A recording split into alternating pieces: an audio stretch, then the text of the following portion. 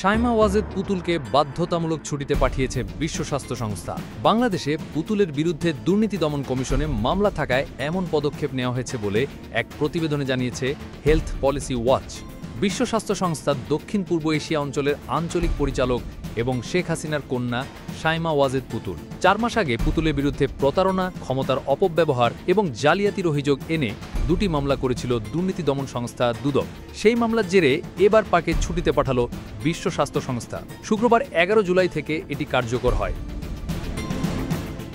গত 11 জুলাই ডব্লিউএইচওর মহাপরিচালক doctor Tedros Adhanom Ghebreyesus এক অভ্যন্তরীণ ইমেইলের মাধ্যমে কর্মীদের পুতুলের ছুটির বিষয়টি জানান। তিনি উল্লেখ করেন, শুক্রবার থেকেই শাইমা ওয়াজেদ পুতুল ছুটিতে থাকবেন। তেদ্রোস আরও জানান, ডব্লিউএইচওর অসহকারী মহাপরিচালক ডক্টর ক্যাথারিন বোহেম পুতুলের স্থলাভিষিক্ত হচ্ছেন। তিনি 15 জুলাই থেকে নয়াদিল্লিতে দক্ষিণ পূর্ব এশিয়া আঞ্চলিক কার্যালয়ে দায়িত্ব পালন করবেন। হেলথ পলিসি ওয়াচের প্রতিবেদনে বলা হয়, শাইমা ওয়াজেদ পুতুল বাংলাদেশের সাবেক প্রধানমন্ত্রী শেখ হাসিনার মেয়ে। তার বিরুদ্ধে দুর্নীতি দমন কমিশন জালিয়াতি, প্রতারণা এবং ক্ষমতার অপব্যবহারের অভিযোগে গত মার্চে 2টি মামলা করে। এসব অভিযোগের প্রেক্ষিতেই তাকে দায়িত্ব থেকে সরিয়ে ছুটিতে পাঠানো হয়েছে।